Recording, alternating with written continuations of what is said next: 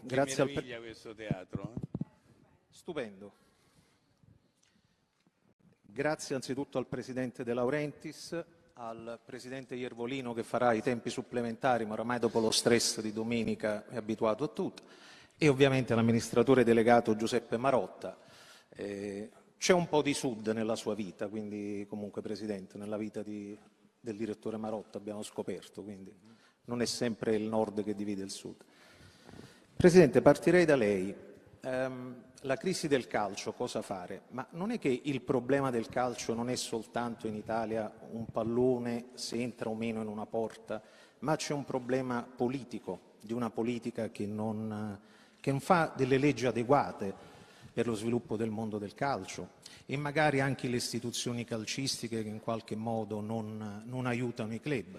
E di ieri la notizia di un ricorso della Lega Calcio nei confronti della Federcalcio, e non è che si ha tanta memoria di cose di questo genere. Ma io credo che innanzitutto si debba fare un distinguo. Allora, nei ruoli istituzionali calcistici ci sono persone che nella loro vita raramente hanno avuto a che vedere con il mondo del calcio, cioè non sono stati proprietari di calcio. Sì, Gravina ha fatto una corsa dalla Serie D alla Serie B per poi ritornarsene in maniera fallimentare giù con il Castel di Sangro. Però poi in realtà questi signori non hanno mai frequentato una società di calcio contemporanea, quindi non ne conoscono i problemi, fanno finta di conoscerli, ma in realtà non li possono nemmeno immaginare e capire. Che cosa succede allora? Che per loro è fondamentale mettersi una medaglia istituzionale con la quale comandare per poter governare il più a lungo possibile. Cioè, io non voglio accusare Ceferin o Infantino, però abbiamo visto che fine hanno fatto Blatter e che fine ha fatto Platini. Allora, il problema, secondo me, è che c'è una posizione dominante assoluta della UEFA che condiziona tutto il movimento calcistico affinché possa crescere. In più noi abbiamo avuto la disgrazia dei politici italiani.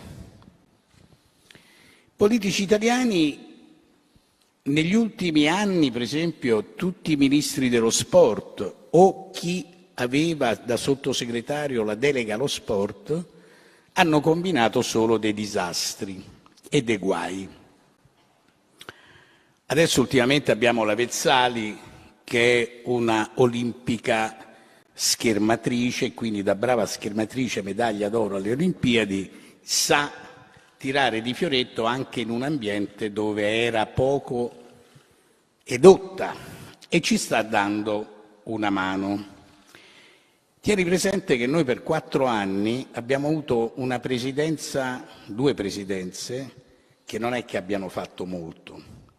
Oggi fortunatamente abbiamo Casini, che viene dal Ministero dei Beni e delle Attività Culturali, ha lavorato anche nel mondo calcistico, ai margini, ma è una persona che è capace di capire dove si deve intervenire anche da un punto di vista legislativo e avere i rapporti corretti e giusti con quelli che sono i governativi che dovrebbero poi fare le modifiche.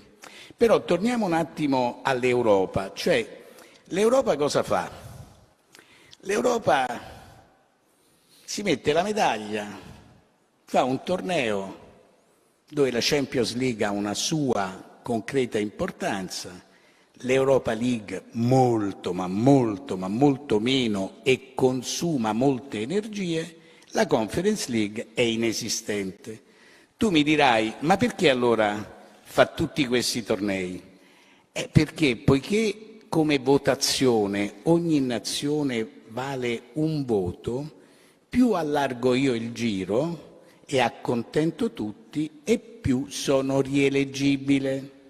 È chiaro il ragionamento? E noi siamo lì a fare i pulcinella per questi signori. Tieni presente poi che la Melandri, che ha studiato in America, non capiva nulla di calcio, ma ha fatto una legge che ci ha castrato. Quando io leggo o sento i media parlare dicendo ma il calcio inglese è il numero 1 nel mondo, ma perché il calcio inglese è un calcio che dell'industria e dell'impresa ha fatto la sua filosofia. Se lei invece in maniera un po' populista e un po' comunista voleva accontentare tutti, ha fatto scrivere la legge da uno che era ignorante, nel senso che ignorava che cosa vuol dire impresa nel calcio, è chiaro che hanno combinato un disastro per il quale noi siamo andati avanti tanti anni, dando ad Infront, a vari agenti, la possibilità di vendere quello che noi facevamo, al loro uso e consumo e per i loro comodi e per i loro interessi. Ora fortunatamente queste persone non ci sono più, ma c'è il rischio di continuare a lungo con questa tiritera se non cambiamo subito rotta. Perché, vedi, chi è il nostro referente? È il tifoso. Il tifoso che si divide in due tipologie, il tifoso che viene allo stadio e il tifoso che ci guarda sulla televisione, quindi attraverso il web, attraverso l'iPad, attraverso tutti i devices possibili e immaginabili. Ora, è chiaro che sono due tipologie di tifoso diverso. La signora Thatcher, nel lontano 1986, fece una legge perché il calcio inglese è così forte, perché gli stadi inglesi funzionano e sono sempre pieni. Perché Madame Thatcher a un certo punto disse basta, fuori gli hooligans dalle scatole. Tu non puoi non solo non andare allo stadio, ma non puoi andare nemmeno in un pub a vedere una partita su un teleschermo. Devi dare la tua presenza in casa, altrimenti veniamo lì e ti arrestiamo. Negli stadi misero un questore, misero una prigione, una cella. Se un cliente dello stadio si alza in piedi, arriva uno steward e ti dice prego si sieda, la seconda volta, la terza volta ti prende per il colletto e ti porta via e allo stadio tu per 6 mesi, un anno non ci puoi più rientrare. Da noi tu hai visto quello che è successo alla Spezia, no? Allora, quando a un certo punto tu ti rendi conto che il Ministero degli Interni, per controllare il territorio italiano quando c'era il problema dell'ISIS, deve fare un accordo con mafia, 'ndrangheta e camorra, perché gli mancano gli uomini per poter fare intelligence, e questo è un grosso problema, per cui il Ministero degli Interni dice non mi rompete le scatole con i 10 stati italiani, lasciate che lì avvenga di tutto.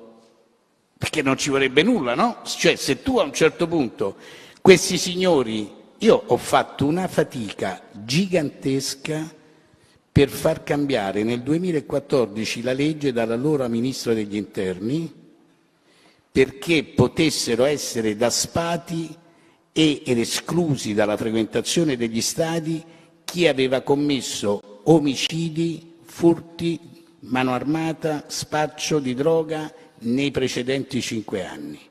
Ho dovuto fare una lotta senza quartiere. Erano soltanto colpibili i reati da stadio, che faceva ridere, no? Allora, voglio dire, questo è un paese straordinario dove però non si sono mai messe le cose in ordine, perché non è pensabile che il bel paese abbia l''ndrangheta, la mafia, la Sacra Corona Unita, la camorra. Questi signori si sono arricchiti a dismisura fuori dall'Italia, hanno le quarte generazioni, hanno studiato a Princeton, ad Harvard, a Yale, nelle migliori università del mondo, si sono rigenerati, sono i proprietari dell'isola di Manhattan Però allora liberiamocene per quanto riguarda il nostro bel paese, no? Cerchiamo di darci una dignità vera, perché noi abbiamo ancora molto da recuperare. Questo è un paese che può fatturare l'ira di Dio attraverso il turismo, attraverso la bellezza, attraverso tutto ciò che noi... Questo era chiamato il giardino d'Europa, no? Te lo ricordi? Certo. Il Metternich nel 1815 cosa disse? È il giardino d'Europa.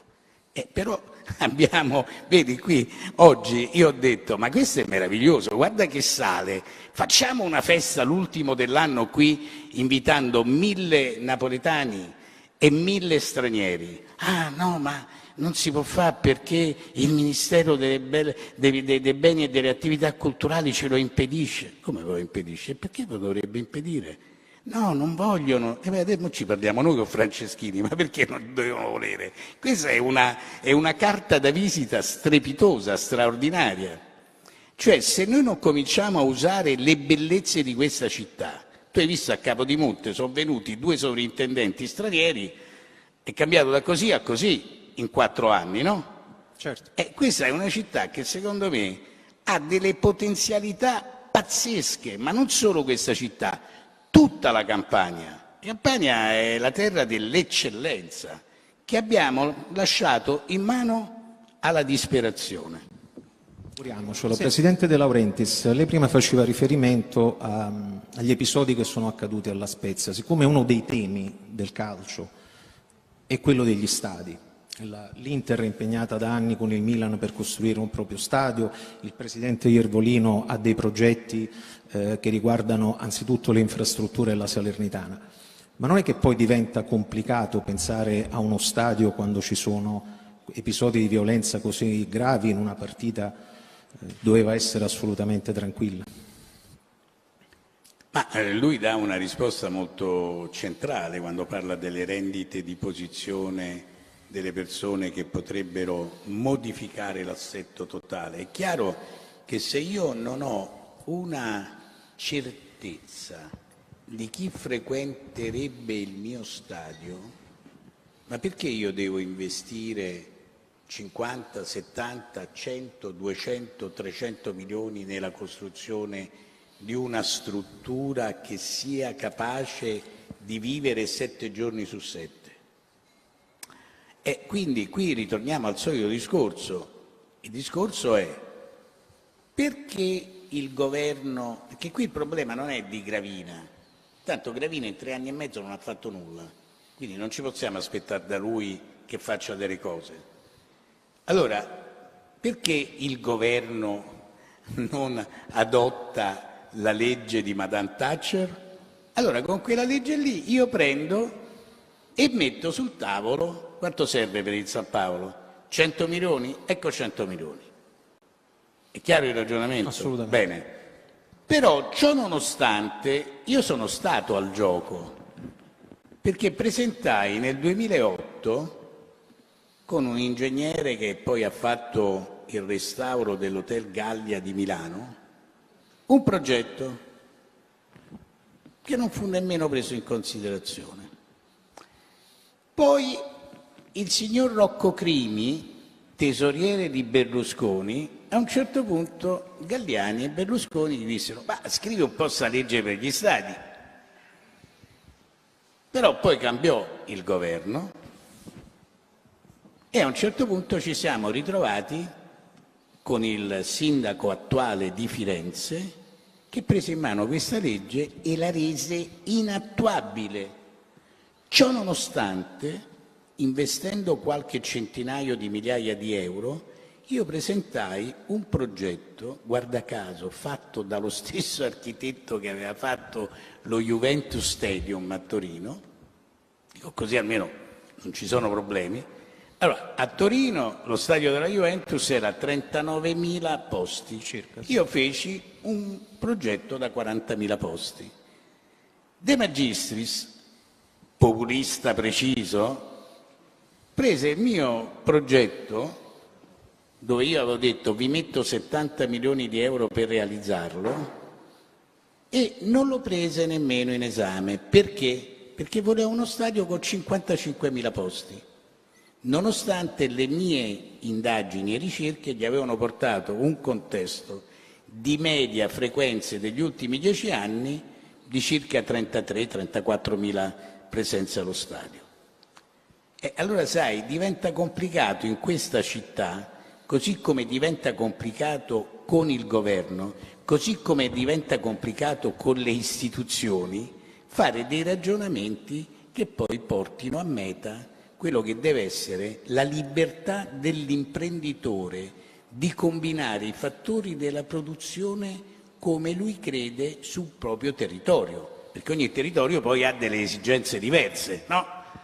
A Milano le esigenze sono delle altre, loro hanno il problema di San Siro, sono 2 società, forse devono fare 2 stadi separati o forse no, ognuno potrebbe avere una mentalità diversa perché le proprietà sono diverse, da una parte c'è la Cina, dall'altra parte c'è l'America, tra poco forse la Cina passerà all'America pure lei, chi lo sa, hai capito? E allora voglio dire, poiché in questa incertezza totale, dove io sono arrivato nel mondo del calcio, io venivo fresco fresco da Los Angeles, quando ho scoperto che il calcio Napoli non esisteva più. Io stavo nella mia bella Capri a farmi 10 giorni di vacanze prima di ritornare a Los Angeles e a un certo punto, mettendo 37 milioni miei, mi sono preso un pezzo di carta, non c'erano facilities, non c'era niente. Mi ricordo che Galliani mi prestò un calciatore, mettemmo insieme una squadra con 3 settimane di ritardo, comprammo le magliette dal tabaccaio, ci allenammo su i campi a Pestum, non mi ricordo di quale albergo, l'Ariston forse, sì.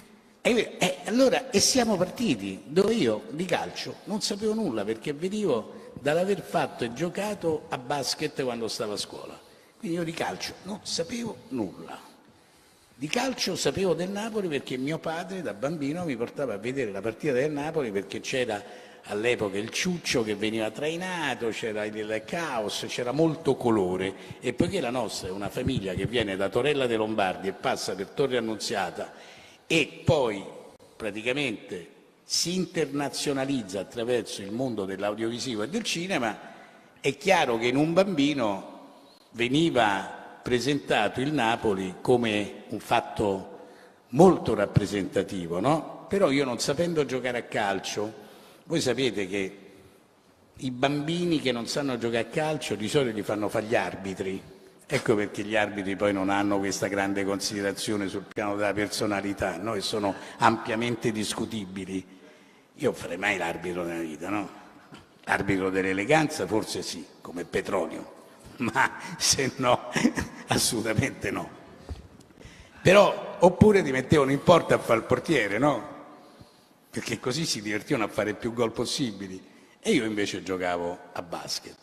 E quindi presi il Napoli senza sapere nulla e mi sono preso tanti di quegli sputi sulla testa nei campi di Serie C quando andavamo a Foggia, in dei posti incredibili dove ci dovevamo chiudere 4 o 5 ore nello spogliatoio con la polizia che diceva no, non vi muovete, ancora vi aspettano fuori. Io dicevo, bello, siamo passati da Angelina Jolie e Gwyneth Paltrow a pigliare gli sputi sulla testa su questi campi del sud. Però il sud è bello anche per questo, no? Per questa grande voglia e capacità di competere. Di passione. E poi c'è un altro problema che tu devi anche mettere sotto la lente di ingrandimento. Perché i ragazzi da 8 a 17-18 anni stanno abbandonando la visione del calcio? Perché? Perché ragazzi, chi è on command è vecchio e non li conosce, perché chi fa il capo di questo o di quell'altro non ha il tempo di frequentare in famiglia i propri figli o i propri nipoti. Per me è facilissimo, a parte che ho la casa piena di nipoti, ma è facilissimo perché facendo il produttore di cinema e dell'audiovisivo è un costante studio che portiamo avanti. Ragazzi, qui bisogna riuscire a capire che questa partita di calcio è diventata loro parlavano di come venivano riprese le immagini, ma è diventata per i ragazzini, io li sento parlare, una rottura di palle che non finisce mai. Allora uno deve dire: ragazzi, caro Ceferin, vieni qua, caro signor Infantino, mettiti seduto, non pensare sempre solo al tuo portafoglio, vieni un attimo qua, siediti, parla, discuti, verifica, facciamo un'indagine. Che dobbiamo fare? Lo dobbiamo cambiare questo calcio? Si parla tanto del calcio femminile. Ragazzi, ma chi è che adesso se lo sono inventato, l'hanno fatto diventare professionistico? Allora chi ce li ha i soldi per farlo diventare professionistico? Non ce l'hanno. Allora uno dovrebbe dire: scusami, ma la Formula 3 compete con la Formula 1? La Formula 2 compete con la Formula 1? No, sono i piloti che magari crescendo dal karting arrivano a diventare gli Schumacher della situazione, e questo vale per gli allenatori, per i dirigenti sportivi e per i calciatori.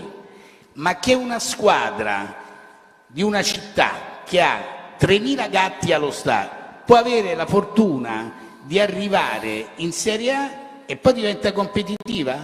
Non è competitiva, non può esserlo. Allora c'è tutto un mondo da riverificare, un modo di giocare, un modo di fare le partite, un modo di fare tante interruzioni, di fare tanti cambi come nella pallacanestro, valorizzare. Che ci abbiamo a fare 30 giocatori se poi non giocano? E uno si deve sentir dire: ah, ma De Laurentiis ha comprato la gente sbagliata, ah, ma quello ha fatto solo 4 partite, ah, ma allora l'allenatore che fa? Fa figli e figliastri. No, il problema è che secondo me è sbagliato proprio il modulo del calcio. Bisogna cambiare tutto, bisogna svecchiare tutto, e forse bisognerebbe svecchiare anche i vertici.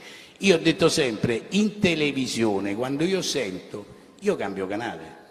Sono tutti vecchi, ma ci fosse un ragazzo di 18 anni e una ragazzina di 19 anni che parlano della partita. Ah!